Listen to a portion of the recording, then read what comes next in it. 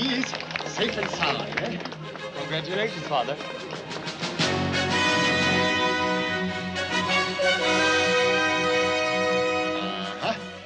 Come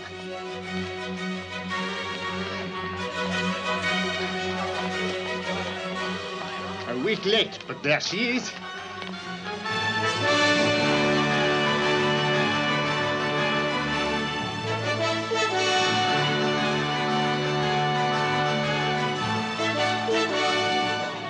Months in the African ports, but he's come back to you now. Thank you. You see him, Mercedes? Monsieur Morel. Yes, dear girl? The flag is at half-mast.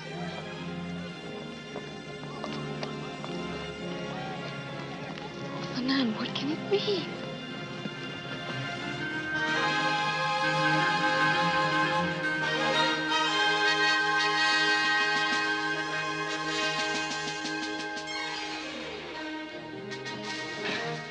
Edmund, my dear boy, I am glad to see you. But what does the flag mean? Where is Captain Leclerc? We have had a tragedy at sea, monsieur. The captain died off Civitavecchia, sir, of brain fever. Leclerc? Dead? Buried at sea, sir. And the cargo? All safe, sir. I think you'll find everything to your satisfaction, Monsieur Morel. Good, Danglars. After the misfortune, who took charge, you or Danglars? You know, sir. Scarcely was the breath out of the good captain's body, then Monsieur Dantes assumed command without consulting anybody. As captain's mate, it was my duty to take command, sir. You did well, my boy. Very well. Next to a death at sea, Edmund, all else is insignificant. But were there any other incidents which should be brought to my attention? Yes, sir, one. Bring the prisoner forward. Caderousse? 4 days ago, during the burial ceremony, he was caught pilfering stores in the forecastle. True, Caderousse? Have you now added petty thievery to your other accomplishments? If the almighty Monsieur Dante says so, then I'm a thief. Shall we turn him over to the police?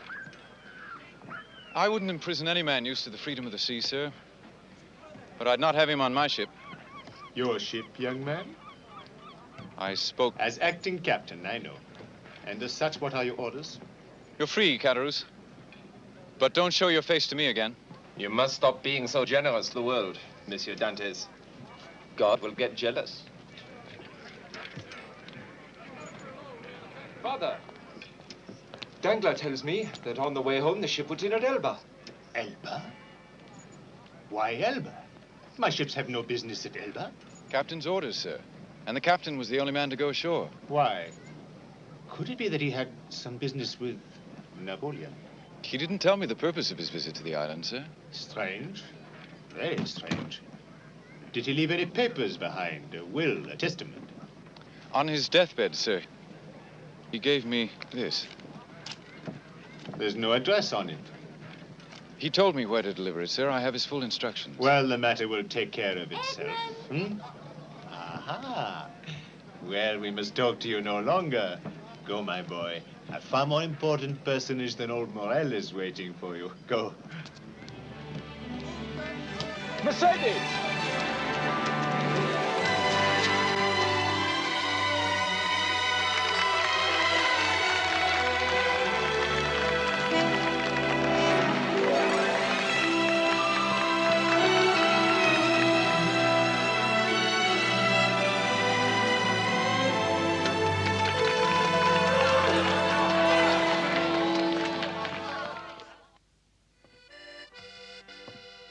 Another member of this club. What club? The Society for the Destruction of Edmund Dantes. You would like that, wouldn't you, Lieutenant? Wouldn't you like a clear path to your pretty little cousin, Mercedes? Don't mention Mercedes' name in your mouth. Sit down. Please. Both of them. Be quiet. Listen to me. I think I see a way to remove this impediment from the lives of all of us. Question, what is the fate of a Bonapartist in these marching times? He's Dantes, Bonapartist? On the way home, our ship put in at Elba,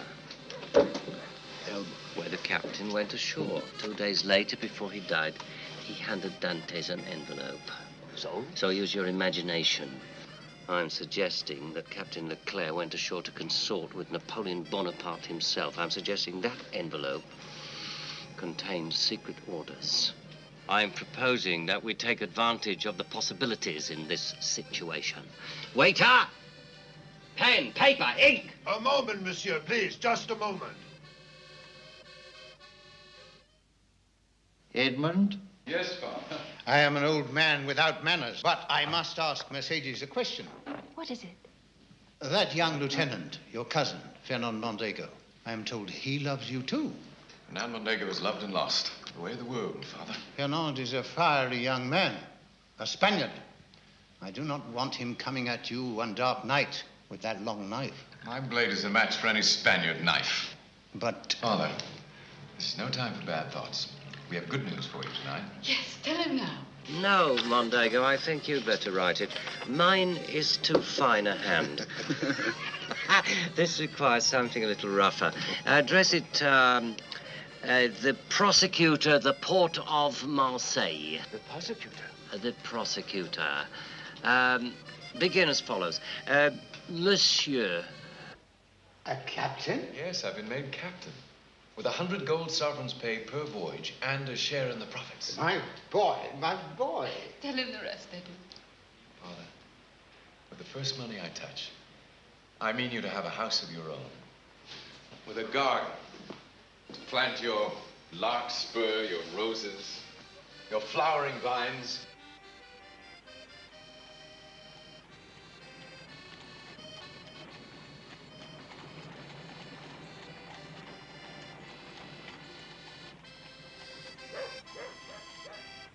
What do you see? Oh, nothing. Nothing. And I now pronounce you man and wife. Now then, when I say those words tomorrow, the groom will kiss the bride. Not now, tomorrow, I said. At wedding, tomorrow. Now, the organ will begin again, and you will take her by the arm and lead her up the aisle, out of the church. Do it, do it, do it. Now the others, family and friends, will turn and follow them up the aisle. No, not tomorrow, I said, not today. Tomorrow, I said. Remember to come back tomorrow for the wedding. Don't forget. Tomorrow, I said. Edmond Dantes, That is my name, monsieur. you're under arrest.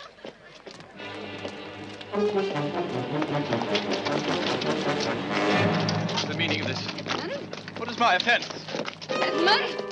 Must be some mistake.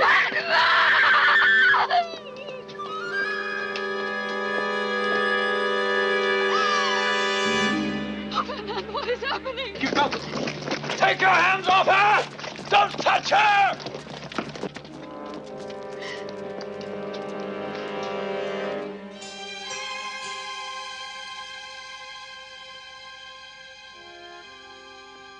You are the mate of the Argus. Yes, monsieur le prosecutor. You don't seem to be dressed for a conspiracy. Conspiracy? I was arrested at the rehearsal for my wedding. Tomorrow I'm to be married. Have you ever served under the usurper, Bonaparte? Bonaparte? Bonaparte? What are you saying, monsieur? I don't... It is reported that your political affinities are extremist. Affinities? Monsieur de Villefort, all I know is my work. I love the sea. I love my fiancée. I love my father. These are my affinities. If they're political, then they are, as you say, sir, extremist.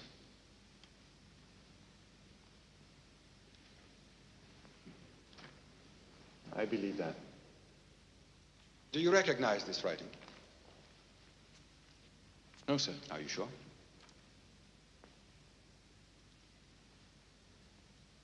Is it true? No, sir. Did your captain give you an envelope? Yes, sir. What is it? I carry it with me. Give it to me. I gave him my word, sir. I order you in the name of the king to give it to me.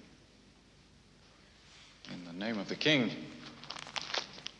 Of course, sir.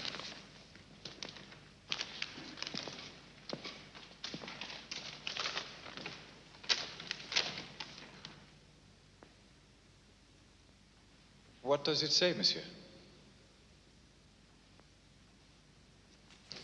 Had you known the contents of this letter, you wouldn't be carrying it on your person. You would have denied any knowledge of it when I asked for it. That you actually surrendered it to me clearly establishes your innocence of any complicity in this affair. Then, if I am innocent, monsieur... Go back to your bride-to-be. God bless you, Monsieur de Villefort. Oh, one more thing. Yes, monsieur. I see no address on the envelope. I was told when and where to deliver it. When? Tonight, sir. To what address? 15 Avenue Montaigne. To any particular person there? Yes, sir. A Monsieur Noirtier.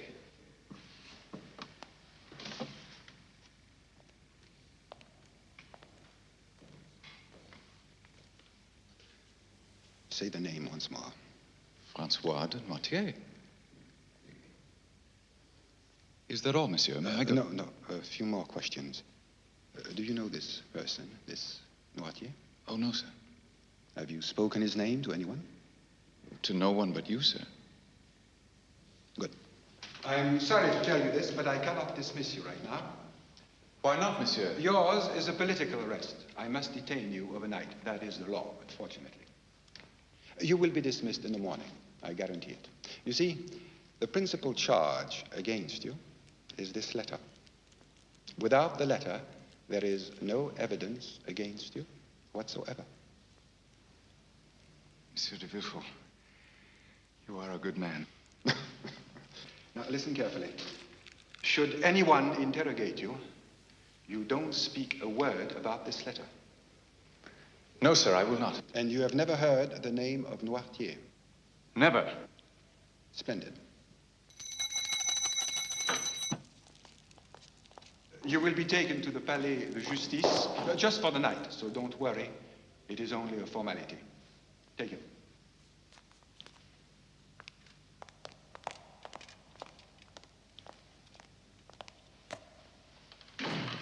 Noirtier. Noirtier. Must that name pursue me like a demon to my grave?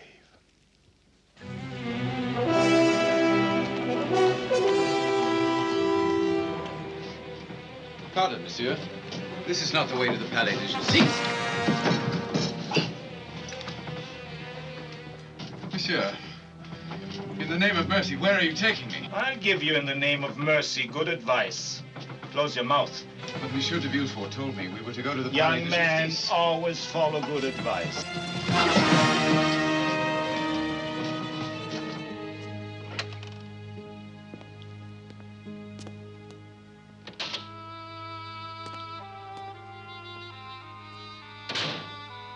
Good evening, Monsieur Noirtier. What the devil? You're expecting a messenger. But not you, that's impossible. Me, no. No. To put the circumstance in a nutshell, your messenger was intercepted, Father. And the message? Destroyed. Sit down, please. Sit down. The paper was destroyed. The message is now written in here, written intact. Dates, names, places. All the details of your precious little emperor's intended escape from Elba. I have no intention of telling it to you. Nice to see you, my son. Nice to see you, Father. I know you would never betray your comrades, but betray them you will if you don't do exactly as I say, for I will then reveal all their names to the police. Always the cunning devil. Ever the selfish little beast. You have been my secret embarrassment ever since I started my public career. My own father, a follower of Napoleon. I have lived with the fear of discovery long enough. Your days in this foolish cause are now over. From now on, you will never be out of my sight.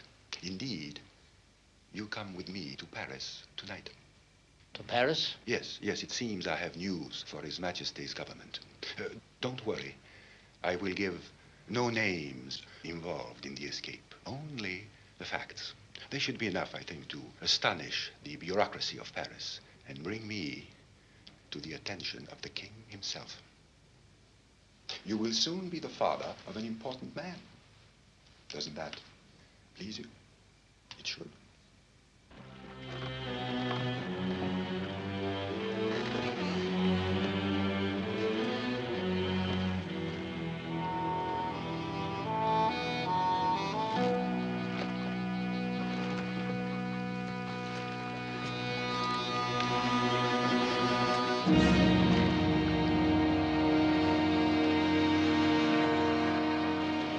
Taking me there!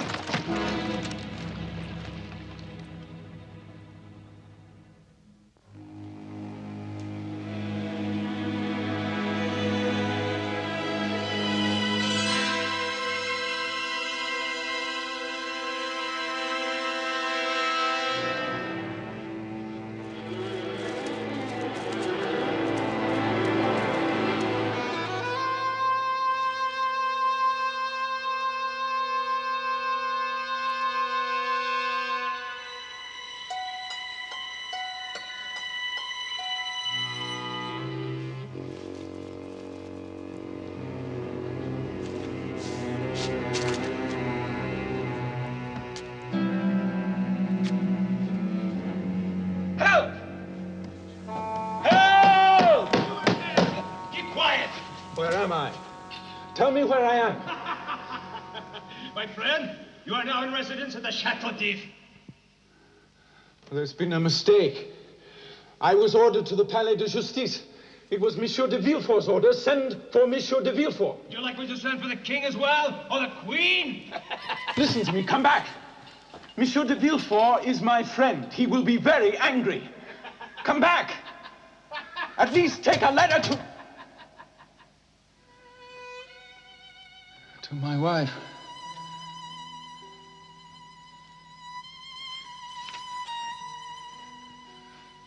What have I done? What is my crime?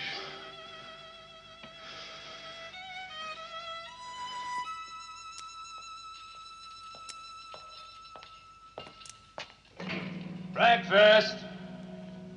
Listen to me a moment. Just one moment.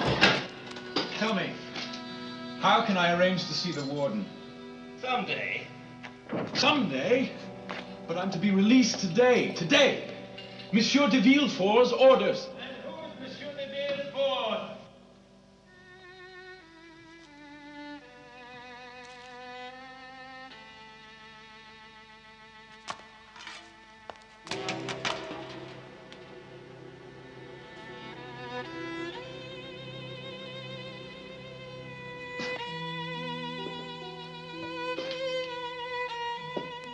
Mercedes.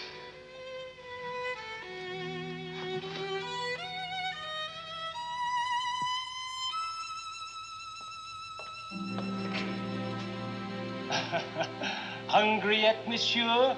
Or do we starve one more day? Oh, wait.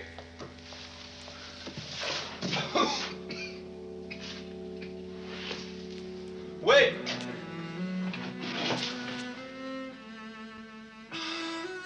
Ah, nasty little stomach. Wins over the stout heart once again. Well, well.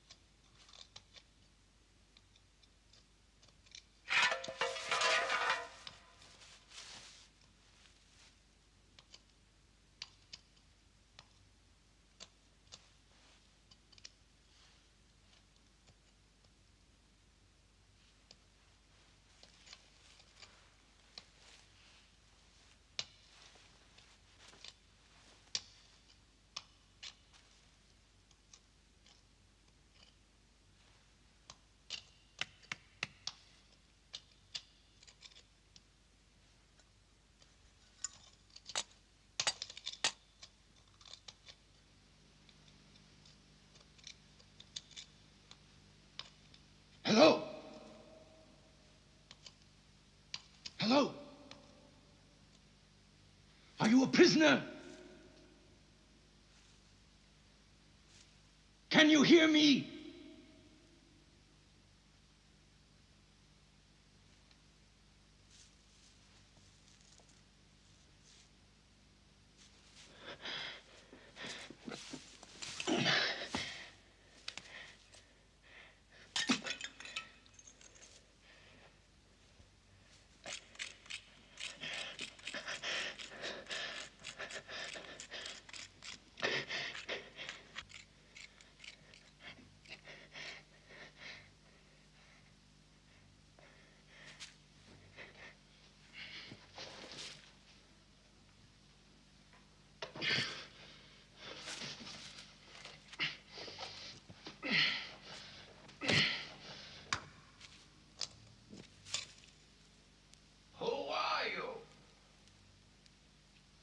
Edmond Dantes.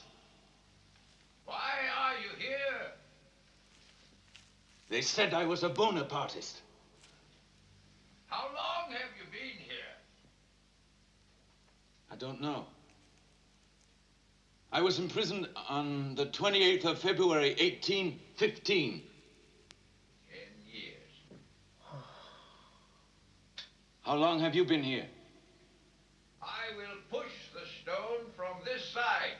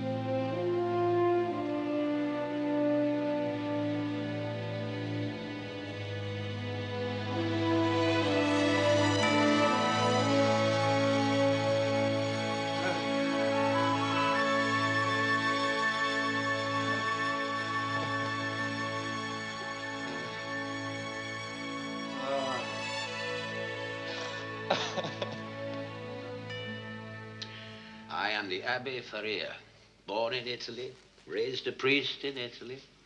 I've been in this place since 1810, 15 years. The glorious wisdom of the political world, Monsieur Dantes. You are here because they said you were for Bonaparte. I was in prison for being against him. 5 years ago, I laid my plans for escape. My calculations took me a year. To make the necessary tools took me a year. I've been digging for 3 years. 3 years? I had but one mathematical instrument, this one. And now I find it was guilty of an inaccuracy. I took this wall for the seawall of the prison. I calculated 40 degrees instead of 50. You were digging for the seawall? Come with me.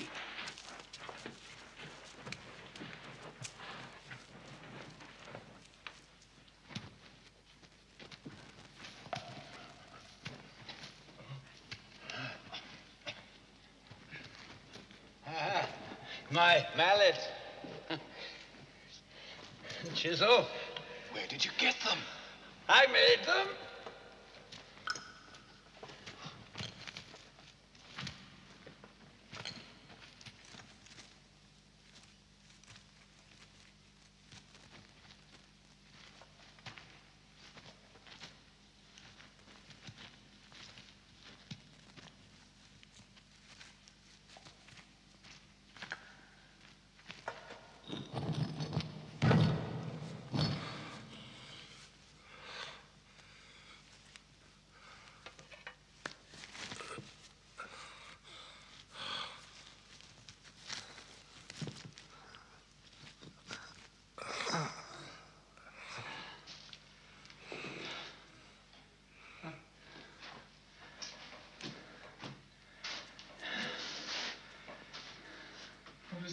In simple terms, it just means just a 12:15. A clock?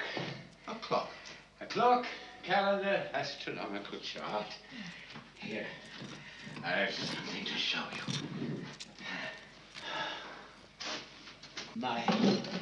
Look.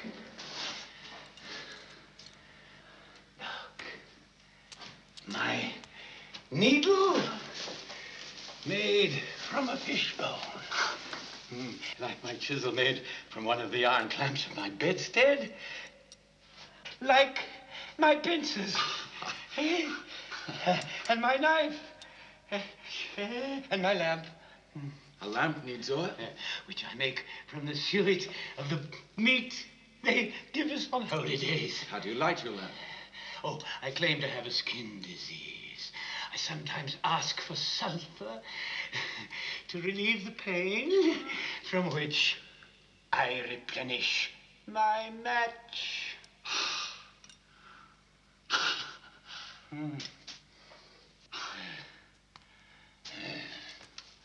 Oh, all this for a tunnel for my hope and salvation. Now my dead hope. 5 years spent on a tunnel that leads not to freedom, but to another man's cell.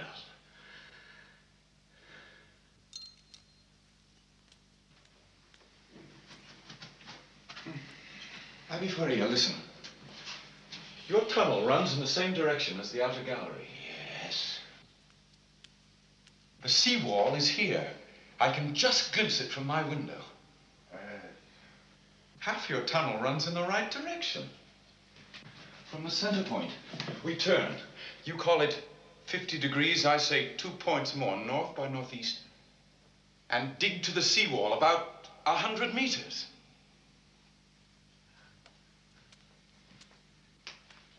Half my tunnel runs in the right direction.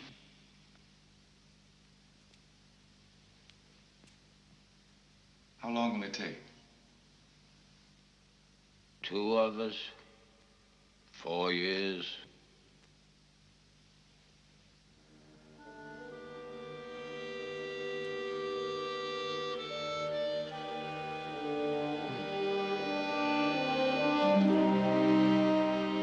And while we work, will you teach me all the things you know? Yes.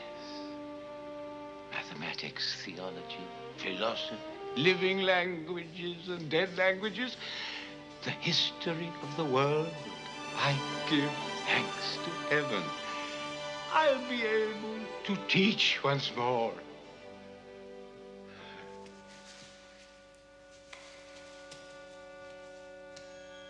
Edmund, for today's lesson in philosophical logic, let's apply our brains to some deductive thinking in the case of Edmond Dantes. First, to whom could your imprisonment, your disappearance, have been of some benefit? Consider, you were about to be appointed captain of the Argus. To whom would that position go should you suddenly vanish? Danglars. Isaac, who would Mercedes turn to were Edmond Dantes suddenly to vanish? Mondego. Isaac, one night you saw Danglars and Mondego in a cafe writing with Caderousse. Could they have been writing the letters that accused you, these three? Danglars. Mondego. Caderousse. You were examined by the prosecutor of the port, who was very sympathetic. He burned the letter which was addressed to Noirtier.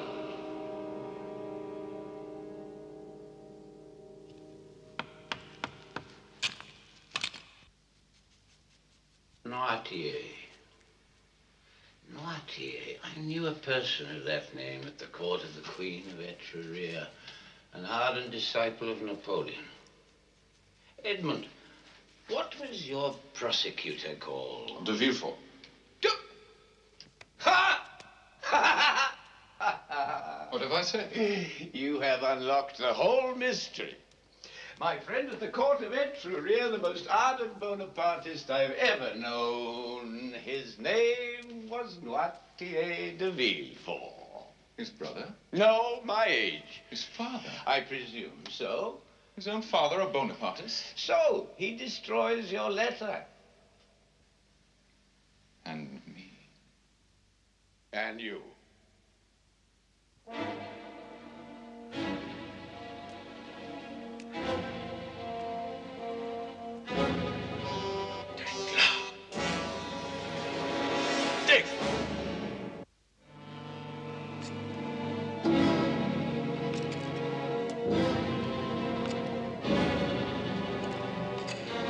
Sometimes I regret that I helped him discover the truth. I see too much in his face that was never there before. Montego. Vengeance belongs to the Lord, Edmund. Turn away from such unholy thoughts before they destroy you. Caderousse Villefort.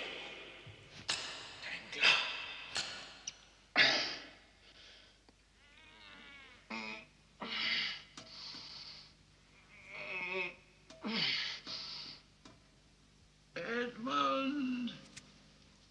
Edmund!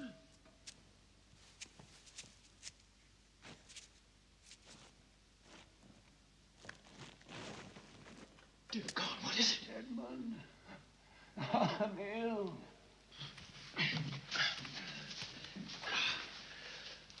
I'm dying. You must live. I'll finish the tunnel myself. Edmund, you must finish the tunnel and escape. Find the treasure. Treasure?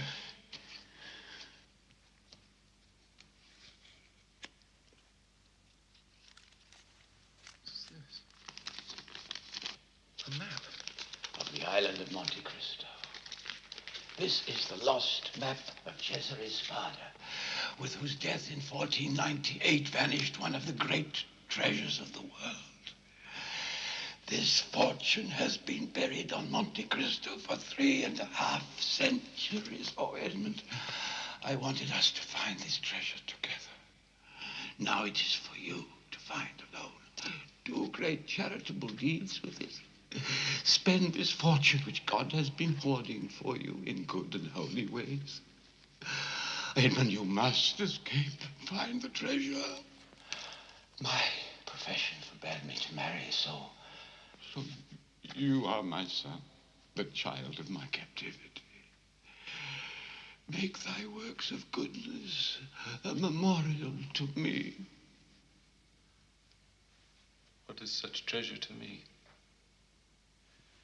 My real treasure lies here. You have enriched me beyond...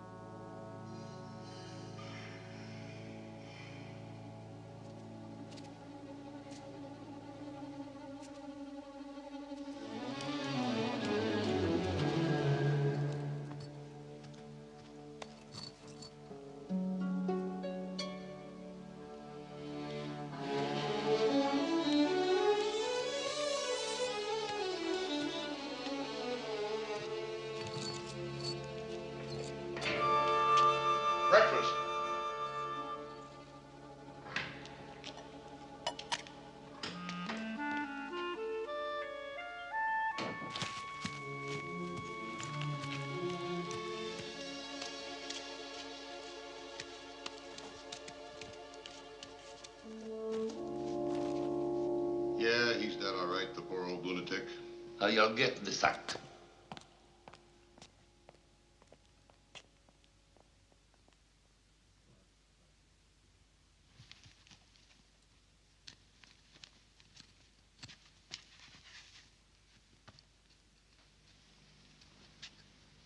Well, now we wait for the tide to change. Come on.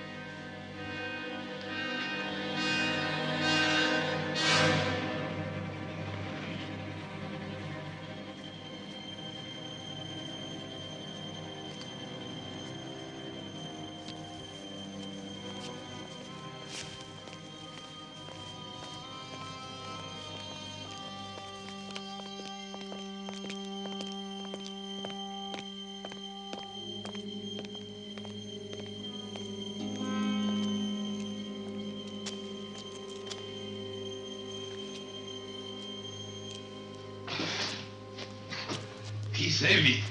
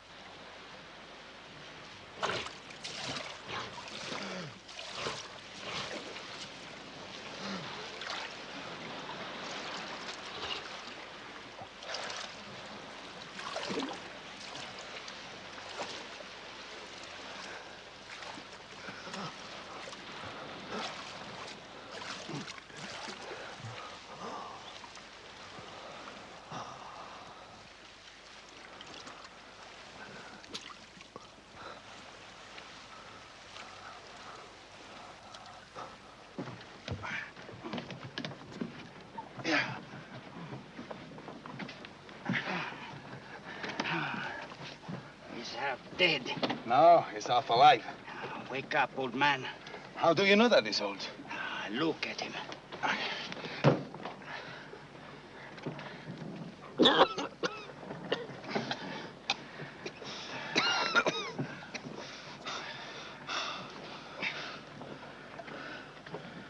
Where am I? Aboard a good ship, Ligorno, out of Corsica. I am the captain. Bertuccio is my name. This is my mate, Jacopo.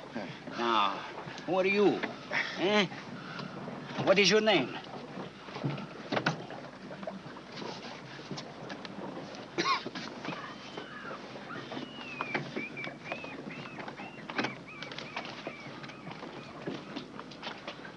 Where do you go? The island of Rion. The top two currents should take us there in 2 hours. You know these waters, huh? Bertuccio, Jacopo. What are Italians doing in these waters? I think you have already guessed. How is the smuggling these days? Good? Terrible. We need a navigator. A navigator who knows his way in this jungle of waters. Would you join us? Now tell me. Who are you? What is your name? Where do you come from? There is no sign of a shipwreck. There's been a storm. The cannon of Chateau d'If. You? Jacopo, on this boat, a man's business is his business. You have a young man's speed. How old are you? If this is the year 1829, is it? Of course. Then I am 33 years old. And I will be 34 years old. Only because of you, my good friends.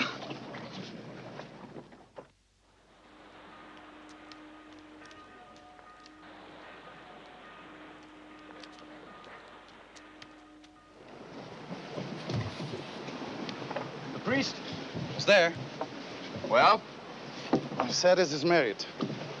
To Mondego? To Perla Mondego. And? Tell me. I don't know why I must be the one to tell. Your father is dead. And Edmond, this burns in my throat. Of starvation. Your father died of starvation.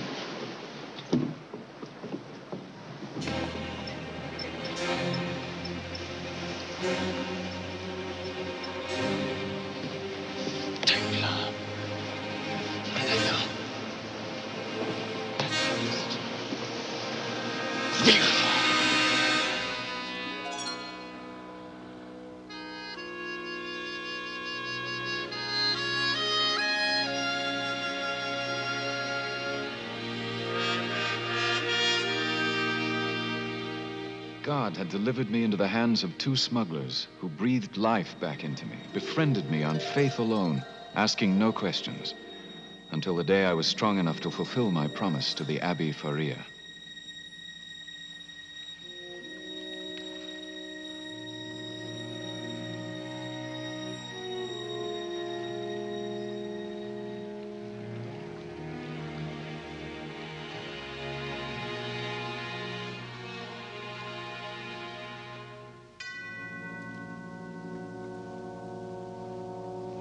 The entire Spada fortune is buried on Monte Cristo. It's been there for 3.5 centuries. Oh, Edmund, I wanted us to find this treasure together.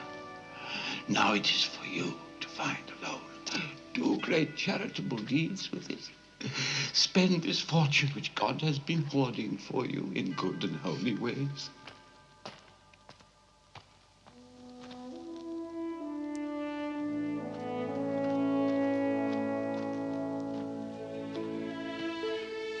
Was I only humoring the fancies of a beloved madman? By coming to the island of Monte Cristo, was I simply laying the spirit of the Abbey to eternal rest? Or was there a hope in my heart of hearts that his map would truly be the end of the rainbow?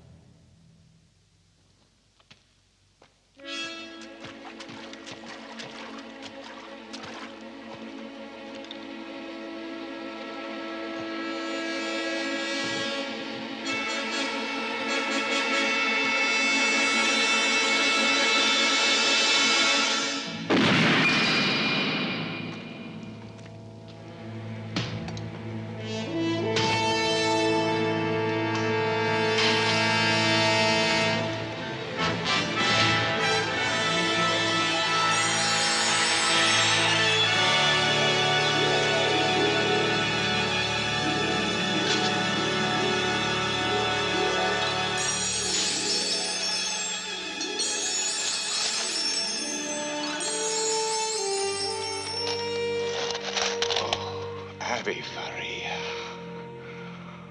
Dear priest, dear saint. I promise you by the God I had for so long forsaken. I promise you we will build your hospitals and house your orphans. I promise you there will be a flood of good things in 100 abandoned corners of the earth, and all in your name. And I promise you, Edmond Dantes, imprisoned in the prime of life, banished from the world for 14 years. I promise you, Edmond Dantes, you shall have your revenge.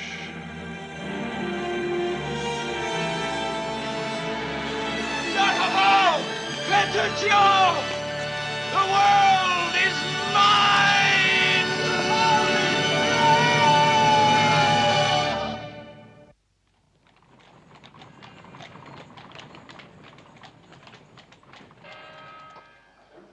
He did say a quarter after the hour. He did, Baron Danglars.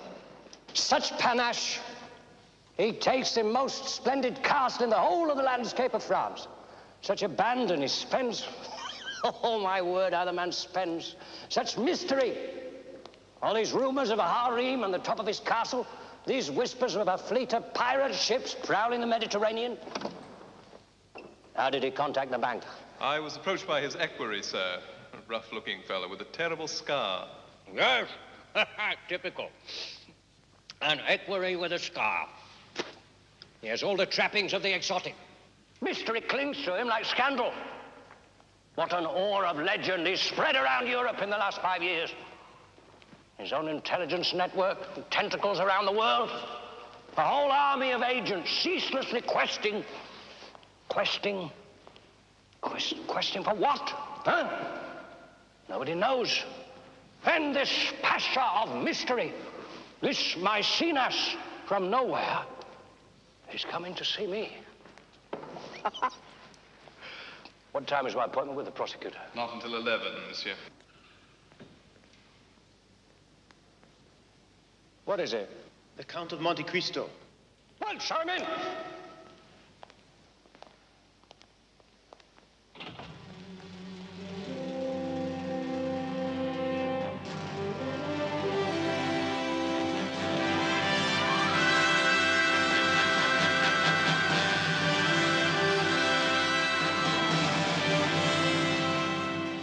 My dear Count, I am the Baron Danglars.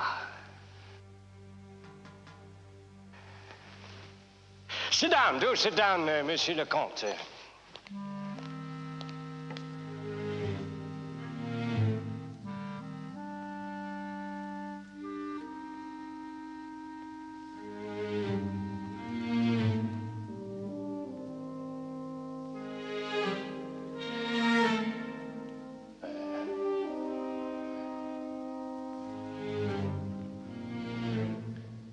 Baron Danglars, I came to Paris intending to stay only a month. I've since decided to stay on another 2 or 3. Paris will be proud. I've been banking out of my pocket thus far. Now I wish to open an account with your establishment. As an opening account, shall we say 5 million? Marvelous. The power of little pieces of paper, my dear Baron. As marvelous as any creation of man, including his poetry, music, and painting. Who handles money properly is also an artist. Yes, yes. 5. Monsieur, I shall take Advise me through my staff. I thank you, Baron. Monsieur le Count. I am impressed by your head of Imhotep, sir. A fine specimen. Imhotep, yes. Oh, and this one, sir. A most ingenious figure. Oh. Thank you. Oh, thank you indeed, sir. Is there any other service we can render in the meantime? Some convenience? In point of fact, Baron, Whatever the Count of Monte Cristo may desire. I make my home in the country, monsieur. Yes, I know. But now, for convenience, I've taken an apartment on the Champs-Élysées. I'm told there have been random robberies in the neighborhood. For police protection, to whom does one apply? And all papers in the case should be consigned to the King's attorney. At once, Monsieur de Villefort. Thank you. the Barrow Danglars. Danglars, you are late. My dear de Villefort, I have the honor to present the Count of Monte Cristo. The Count? Of Monte Cristo. My dear Count, welcome to my house. Monsieur. Please sit down. I hope I'm not intruding on the business of the day. Intruding? Not at all. A minor matter, all dispensed with. Surely, you've been reading about this cutthroat, Jacques Benoit, who killed the brother of Senator Gallimard. Yes. Has a judgment been reached? Indeed. The guillotine. If a man tortures and murders your brother or your son or your father, kills one of those beings who leave an eternal emptiness and a bleeding wound when they're torn from your heart, do you really think society has given you sufficient reparation because the blade of the guillotine has passed between the murderer's trapezius and his occipital bone? Because the man who caused you immeasurable suffering has endured a few seconds of physical pain. My dear Count, are you suggesting the medieval way, torture? I am suggesting the holy remedy. An eye for an eye. Yes. Yes, indeed. Indeed. Very interesting. Well, when the Count mentioned to me that he was seeking police protection for his residence, I took the liberty of... This office is at the service of the Count of Monte Cristo. We can post police officials on both streets of his residence, front and rear, as many as you may desire. Monsieur de Villefort is too generous. Paris must do its very best for distinguished visitors. Father, you promised to come and see Grandfather this morning. The morning is half gone. You know he frets. Good morning, Baron Danglars. Good morning, sir. How long will this business take? You know he must eat a nap.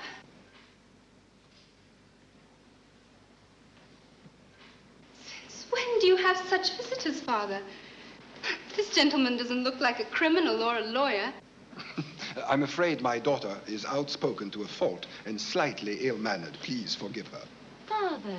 Valentine, I have the honor to present the Count of Monte Cristo. Monte Cristo? Oh, sir. I shall be the envy of every girl in Paris. What they're saying is true. You are handsome. And are you as rich as they say, monsieur? Rich in experience, mademoiselle. Rich in years. And growing richer by the moment in my appreciation of the loveliness of Paris. Monsieur, are you busy?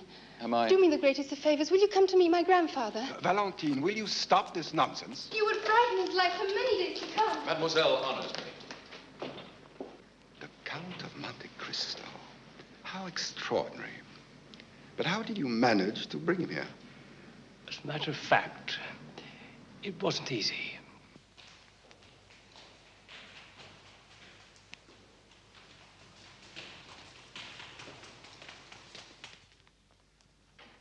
Grandfather, I bring you the Count of Monte Cristo. Here you see how influential I am. The man all Paris is gasping to meet, and I bring him to your room. Monsieur le Comte, my grandfather, Monsieur de Noirtier de Villefort. Honored, monsieur. My grandfather is paralyzed, monsieur, from an old wound at Austerlitz. He can speak only with his eyes. What is it you want, grandfather? Another pillow? Some water? A, B, C, D, E, F, G. G. Barrois, he wants his glasses.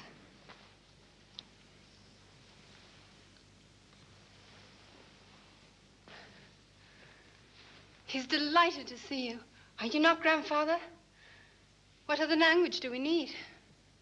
Barrois, is it time to start his meal? My grandfather is a prisoner of his body, monsieur. But his will is like his mind, unconquerable. He possesses what few men can boast of. The devotion of one loving heart. That's a lonely statement, monsieur. Monsieur Albert is here, mademoiselle. Albert! Oh, monsieur, please, I shall return immediately.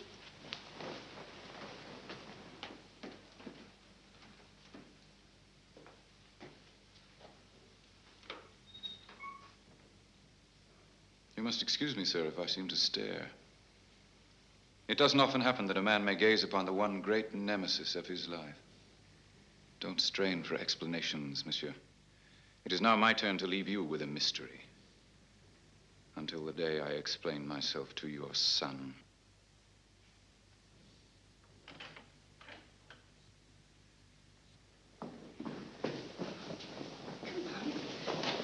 Monsieur le Comte, may I present Albert Mondego? Monsieur, it is a great honor. You honor me, monsieur. All Paris speaks of you, monsieur. Good morning, monsieur. All Paris yearns to shake the hand of the mysterious stranger. And here am I. And here you are shaking that hand straight from his arm. The city is on fire, monsieur. We talk about the Count of Monte Cristo. There, control yourself. My father, monsieur. Even my father is caught up in the game. He says you're an Oriental because he says he met you in Turkey. Because my father was once ambassador to the kingdom of Yanina. Surely you've heard of my father, the Count of Mondego. Who has not heard of the great General Fernand Mondego? A man I've always wanted to meet.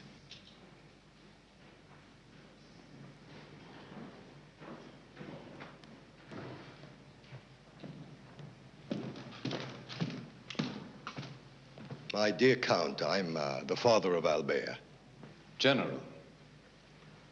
My son astonishes me. I had no idea he had reached so high in the social scale. It is I who am scaling the heights, monsieur. Who has not heard of the great exploits on the battlefield of General Mondego? My dear Count.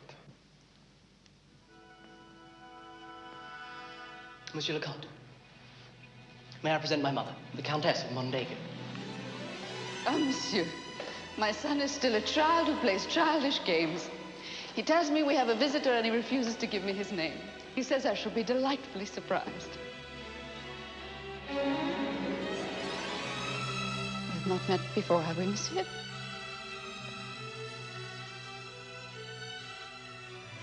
Have I the honor of addressing monsieur? Your servant, madam, the Count of Monte Cristo.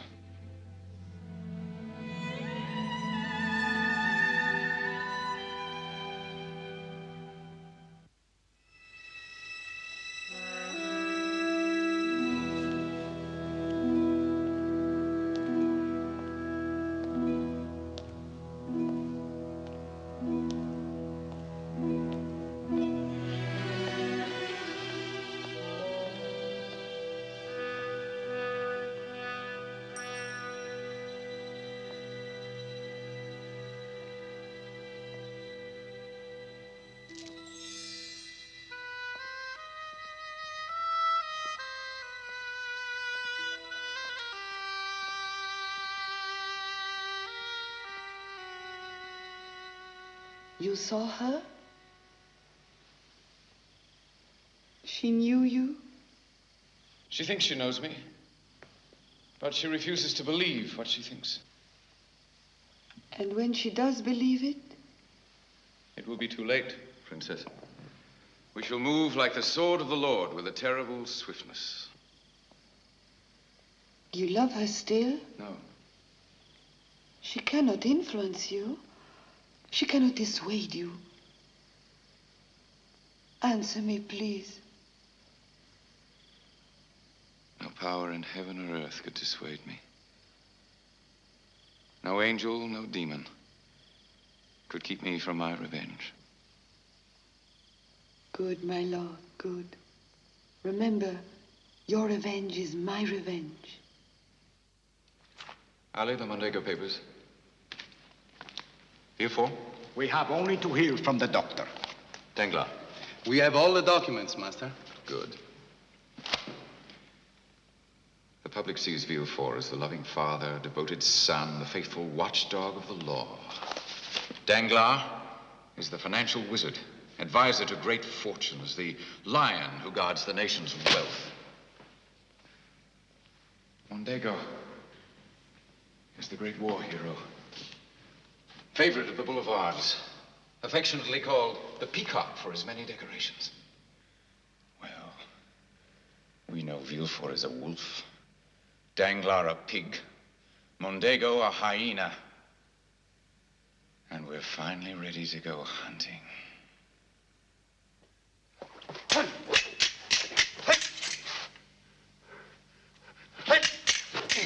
Good, very good.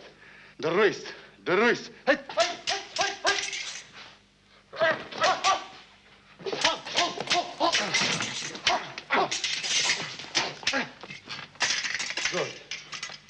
Very good. You are the master now. I'm the pupil.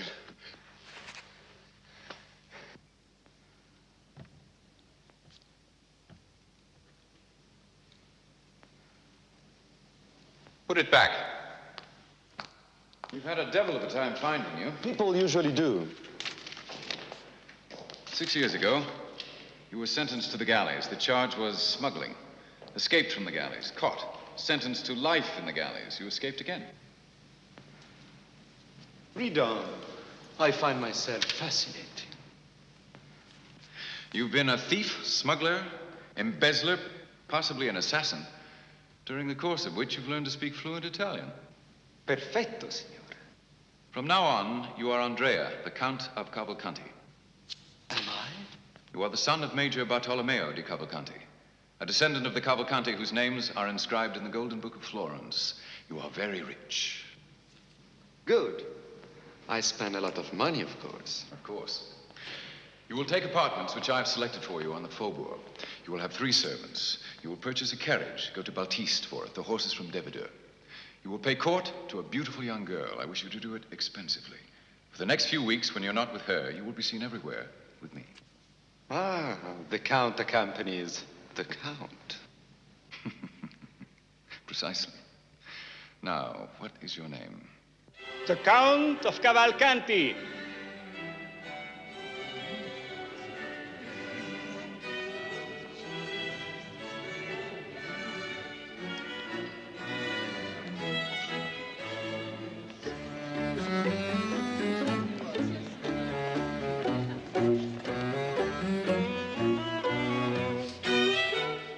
Count of Monte Cristo.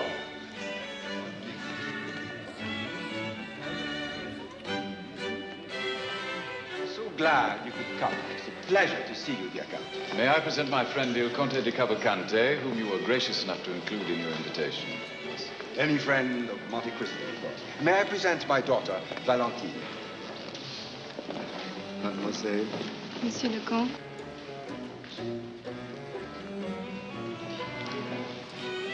Cavalcanti is in Paris on family business.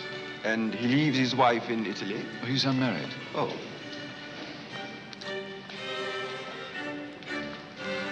Have you known him long? But a few days. He came to me with letters of introduction from my brokers in Rome.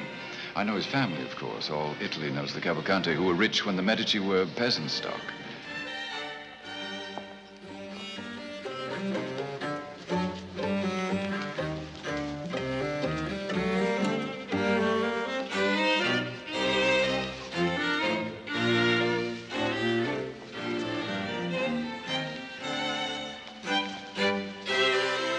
Shy to suggest, Signorina, but I would be deeply grateful.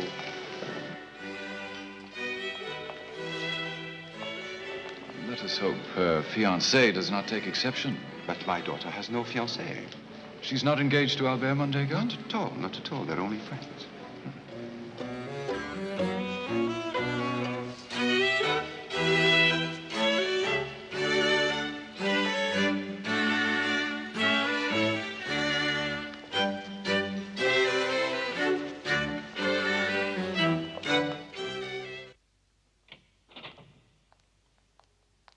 My dear Count. 2 matters this morning, Baron. First, the newspaper, the Journal du Globe. I'm told it is for sale. I rather fancy owning a newspaper. Please arrange for its purchase. Very good. I approve. Every man of affairs should own a newspaper. Second, I wish to buy some Spanish government bonds. In what amount of purchase, sir? 1 million. In Spanish bonds? Can the purchase be effected immediately? Immediately, sir. And confidentially. With the utmost discretion. It would not be wise for anyone to follow my lead in the market. I'm a gambler, not an investor. Good day, Baron. Tomorrow I leave for London on business. Please give my regards to that fascinating city.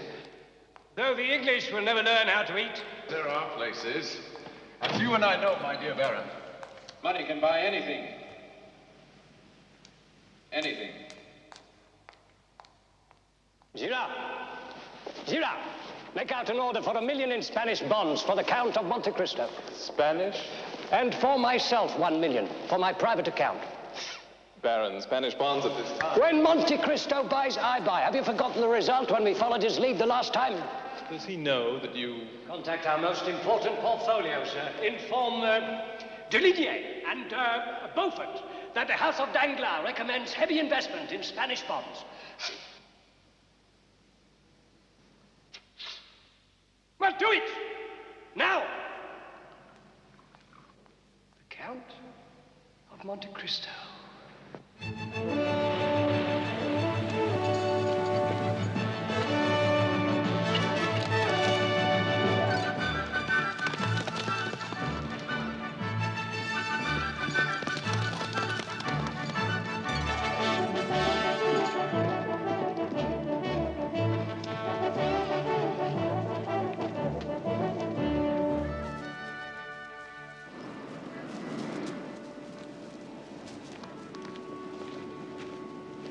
Is this your semaphore station? Mine, I work it. I've done for many years, but I never have any visitors. How does it work? There is another one on the far horizon. That's my right-hand correspondent. And there is my left hand. When I receive a message from right, I transmit it to left. Thus, our messages from Spain transmitted all the way to Paris in a matter of hours. A modern miracle. 3,000 francs. 5 years' pay if you relay this message to Paris.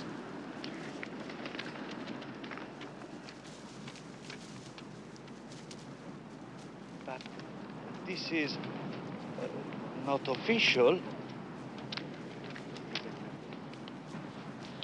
You insult me, sir.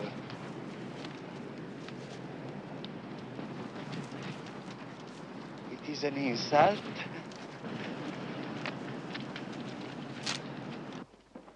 Impossible.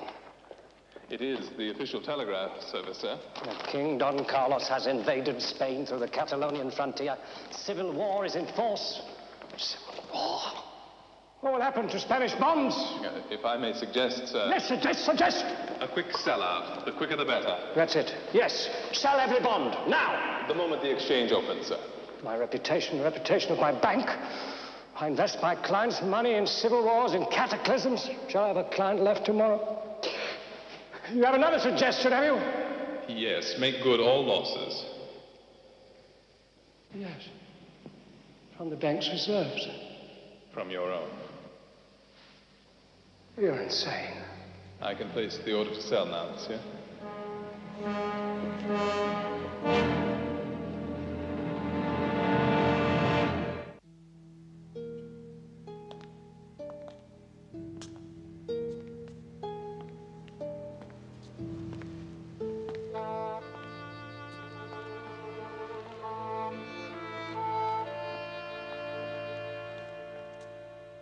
What is it you want of me? A little of your time, for which you'll be paid. I am your servant, sir. Your name is Caderousse. It is my real name. How did you know? You've spent 7 years of your life in His Majesty's galleys. You made one attempt to escape. Yes. And if it were not for your companion in escape, he played you false. Faustino. My life is dedicated to one purpose. Find him and kill him. Revenge is a sweet thing to live for, or die for. Sir, I have other pressing business which should take only a moment. Would it inconvenience you to wait outside? I'm your servant, sir.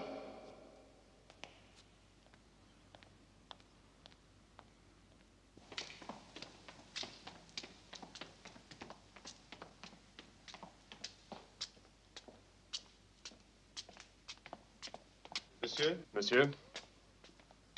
Faustino! Faustino. God is sometimes good. What black hole in hell did you come back to life? From the cul-de-sac in which you left me to die.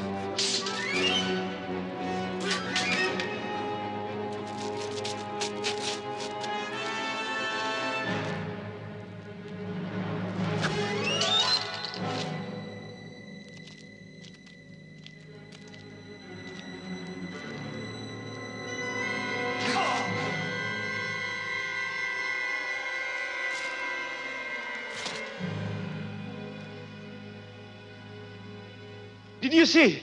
He attacked me. What could I do? Take him to the police. Do you know this man? Who are you, Monte Cristo? Who are you? Take him away. One. He is not of the house of Cavalcanti. His name is Benedetto. His most recent name, that is. He is a notorious escaped criminal. And he wanted to marry my daughter. He doesn't lack nerve, I must say. He's an escaped galley slave, among other offenses. Duped! He has duped us all, Sergeant, including the infallible Monte Cristo. A Cavalcanti, indeed. This upstart, this blackguard. He has insulted my very person, which compels me to prosecute this case myself. In fact, it becomes a moral duty.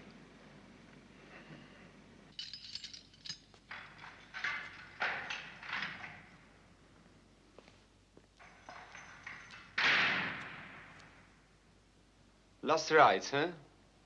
I have not been tried yet.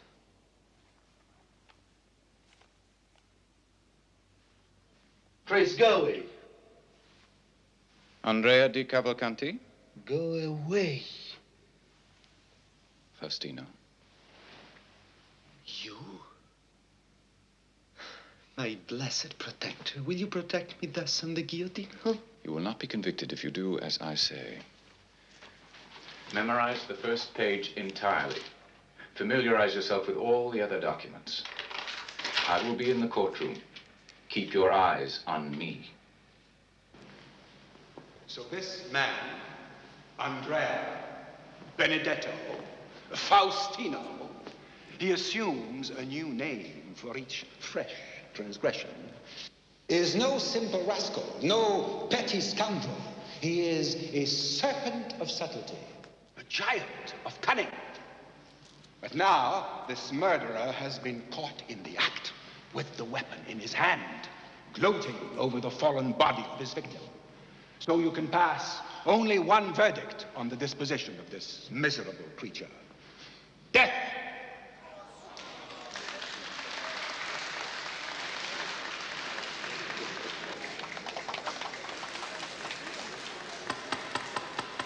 Order in the court. Order! Order! Accused, rise. Accused, your name and surname. Monsieur le Président, I will give my name last of all. It's in order for the prisoner to refuse. Let us proceed. Your age? I am 21 years old. I was born on the night of the 27th of September, 1817. Where were you born? At Auteuil, near Paris. Your vocation? Oh, I am a professional man, a forger, a thief, on occasion an assassin. Have you a request, Monsieur de Villefort? Questions from the bench have been completed. All but one. Now, prisoner, now. Will you consent to say your name, your true name? I do not know it, but I know my father's name. Then repeat your father's name. My father is the king's prosecutor. What did you say? His name is de Villefort.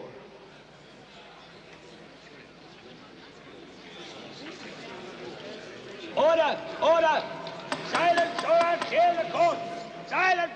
Silence! The year 1817, Monsieur de Villefort rented a house at 28 Rue de la Fontaine in the village of Auteuil. His purpose? To keep there, hidden from polite society, a young woman. After a year of secret residence in Auteuil, the young woman, to Villefort's exasperation, gave birth to an infant son.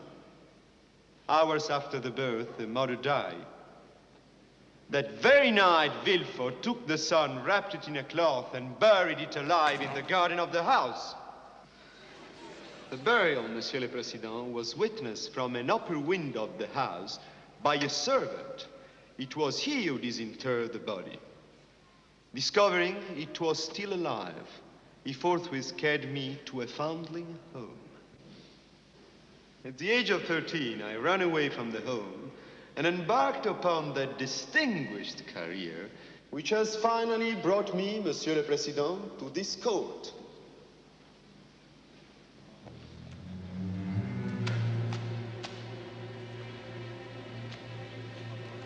The lease on the house in Auteuil signed by Monsieur de Villefort. The death certificate of Mademoiselle Émilie Goncourt signed by Hippolyte Fleury of Auteuil. A certificate from the same doctor testifying that Monsieur de Villefort was the father of the child. Deposition, testaments, sworn statements, etc., etc., etc.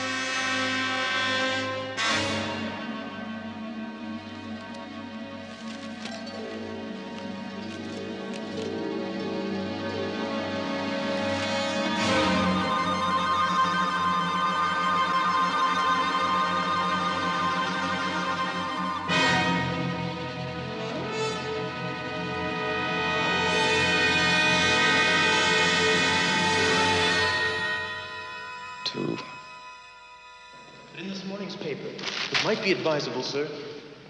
No. What is it, sir? No, no. No, no, no, no, no! Listen to this, Girard. It is without foundation that Le Journal du Globe yesterday announced a revolt in Spain. A telegraphic signal, improperly interpreted owing to the fog, was the cause of this error. There was no invasion. There is no war. Spain is at peace. Danglars! Ah, you have seen the paper. You know what's happening. Is that why you so magnanimously made good our losses? So that you could buy up our bonds? But gentlemen, I've sold my bonds too, I swear it. You lie. I don't believe you, Danglars.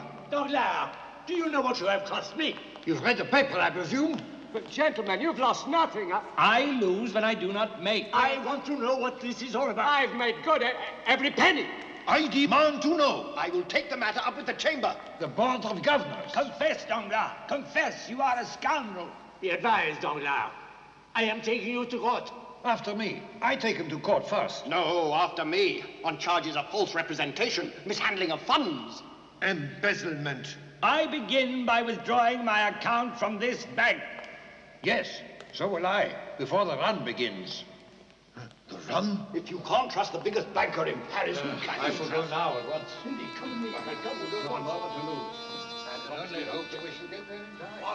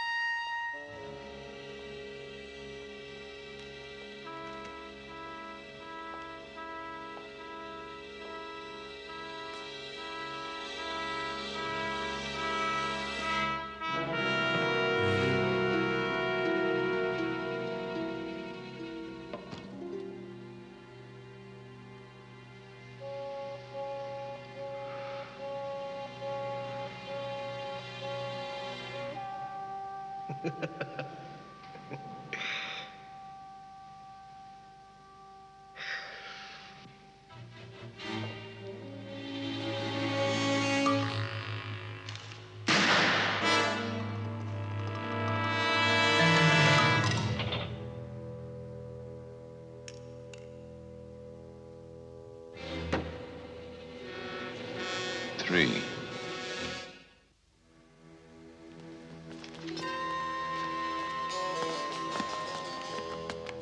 Albert. What a pleasant surprise, Albert. I'm not here to exchange hypocritical expressions of politeness, but to demand an explanation. For what, my dear boy? All Paris buzzes with the story in the paper this morning. The one casting terrible aspersions on my father. On his integrity. On his military accomplishments. On his honor. Yes. It is in the Journal du Globe, the newspaper you so recently purchased. You are in my home, Albert. I alone have the right to raise my voice here. You are responsible for that story. Do you deny it? No. I consider the glove thrown, Albert. Tomorrow morning, sir. The field of Mars. Dawn. The field of Mars.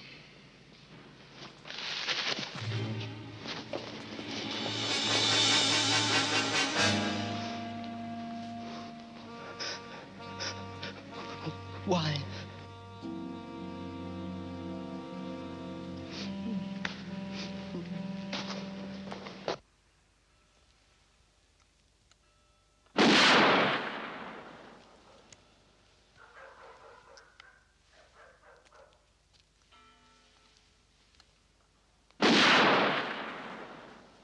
You would not kill my son. He challenged me, madam. And what would you expect from a proud son? The general is his father. I had a father once. Then you know how the boy feels. You can understand how zealous he is after the general's good name. What general? My business is with a lieutenant I used to know. What business? Revenge, madam.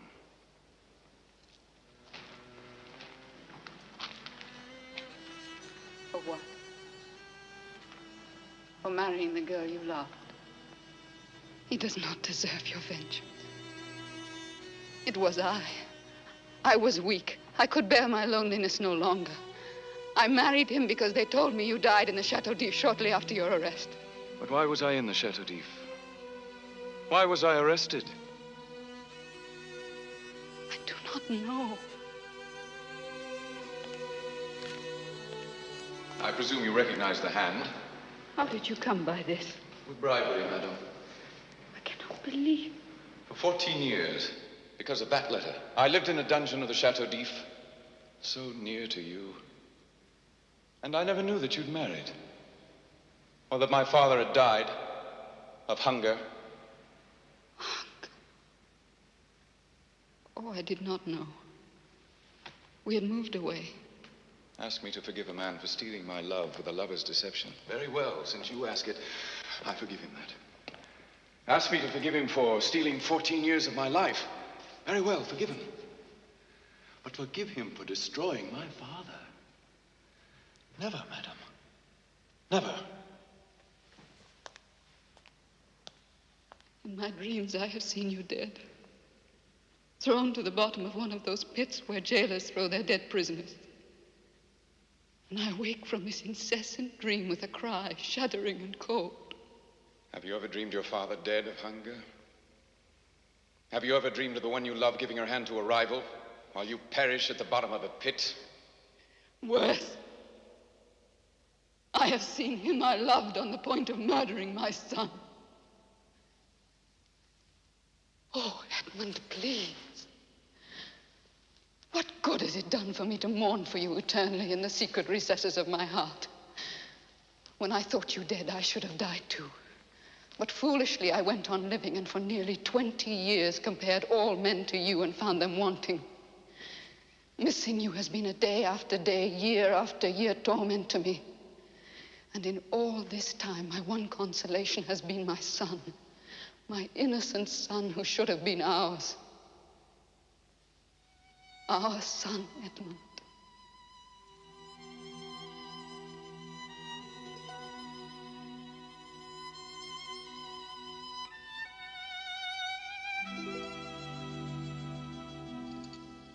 Ready? 1, 2, 3, 4, 5, 6, 7, 8, 9, 10.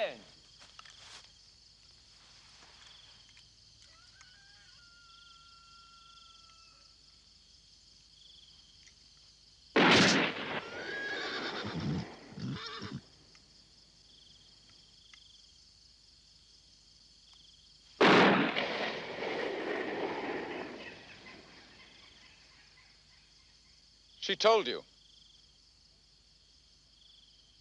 Everything. I offer you my apologies, sir. You have every right to expose my father.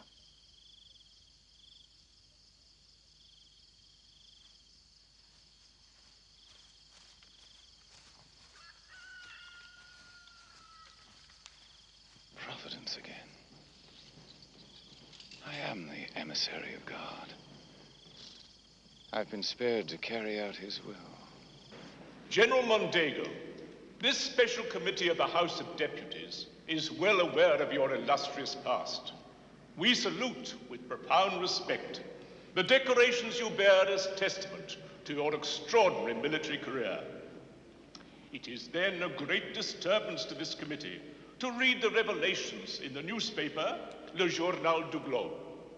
Starting yesterday with a threat of disclosures, Le Journal du Globe continues today with a long list of definite accusations.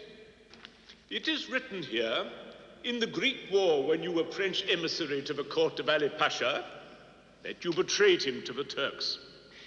It is written here... Monsieur le Président, may I proceed immediately to my own defense? Proceed, monsieur. Document. A signed letter from the Ali Pasha himself, reposing in me expressions of the utmost confidence.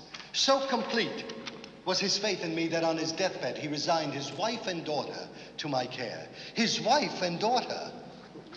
What happened to that wife and daughter? I searched for them, Monsieur le Président. In the midst of the battle, my life was in constant danger, but I searched for them until I found them. They had been slaughtered by the enemy. Can you produce testaments to the truth of what you have asserted? Monsieur le Président, if the signed proof of Ali Pasha is not enough, I offer my word of honor as a French officer. Last but not least, this. You ask for witnesses of proof. I ask for a show of witnesses against me. What is the evidence? Some article in a scurrilous journal? Who gave these lies to this newspaper? Where is he? Let him come forth and throw a glove in my face.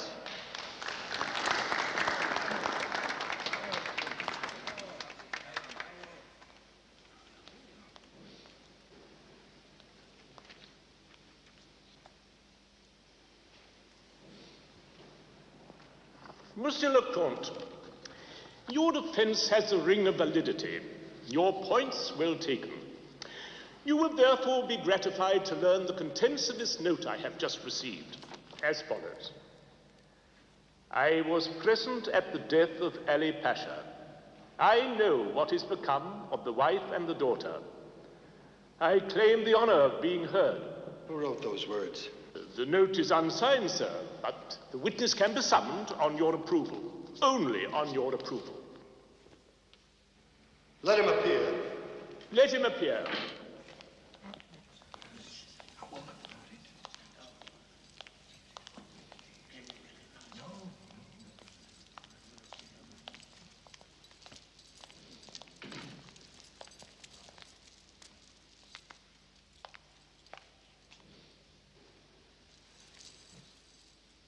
Will you identify yourself, please? I am the daughter of Ali Pasha.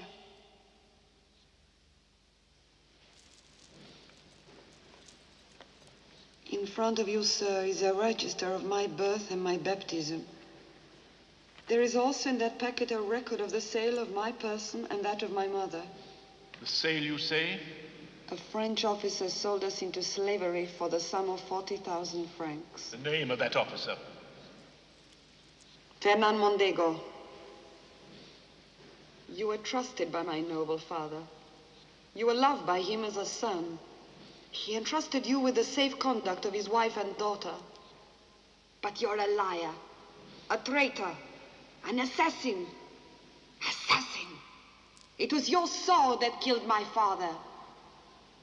Monsieur le General, will you reply? Lies. Lies. They're lies. You take the word of an infidel foreigner against the word of a general of the army of the king? The woman is an impostor. Who is an impostor? She is truly the daughter of Ali Pasha. Those documents will prove it. They'll verify themselves soon enough. And when they are verified, General Mondego, Count of Mondego, hero of Yanina. What is your connection with this woman? Ask first, what is my connection with one named Edmond Dantes?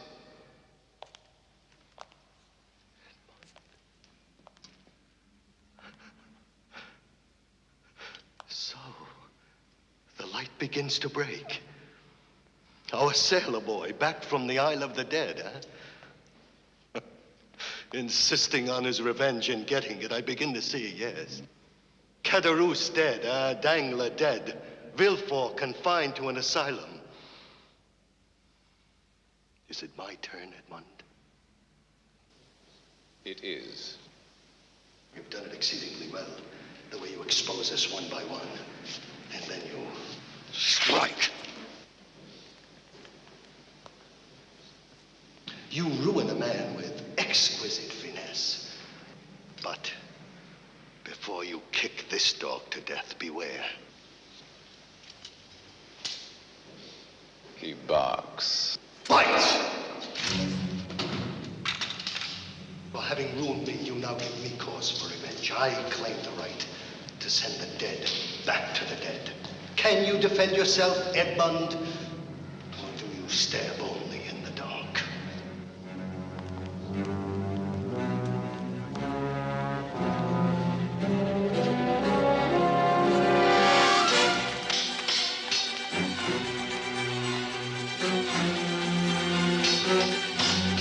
Gentlemen, please! I beg you, please, let her.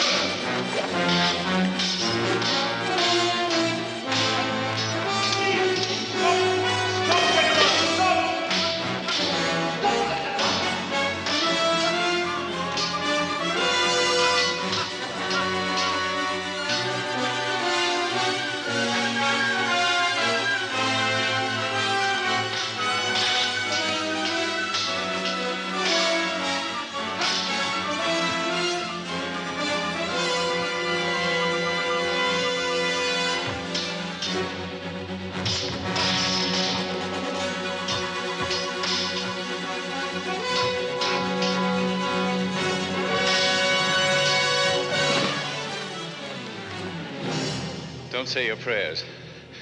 You won't escape prison by the simple trick of dying. You'll serve your sentence in this world before you go to hell. General Montego, you are under arrest.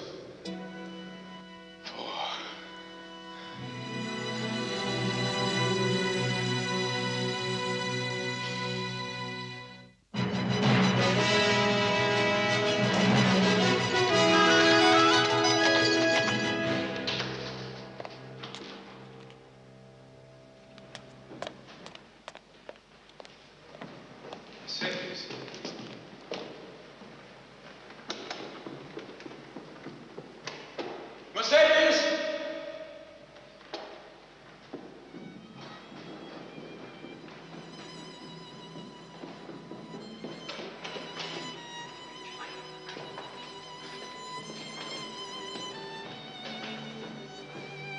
Mercedes!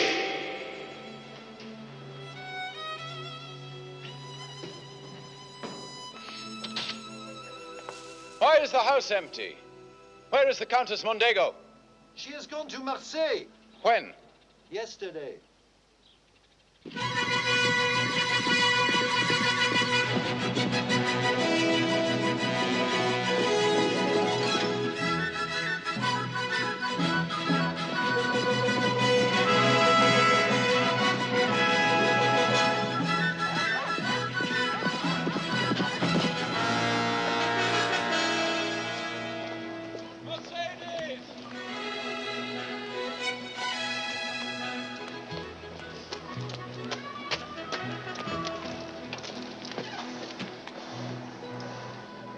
Where are you traveling?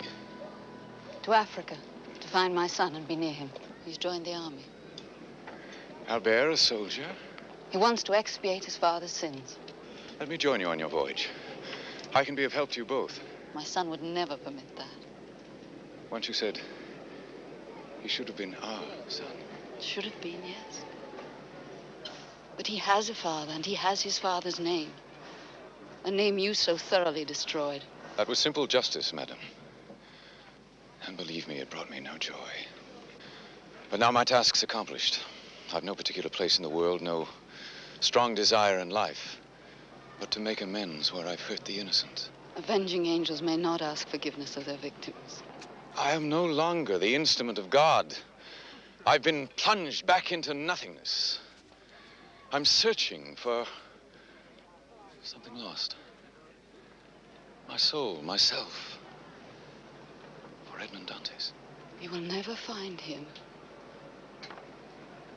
He died a long time ago in the Chateau d'If.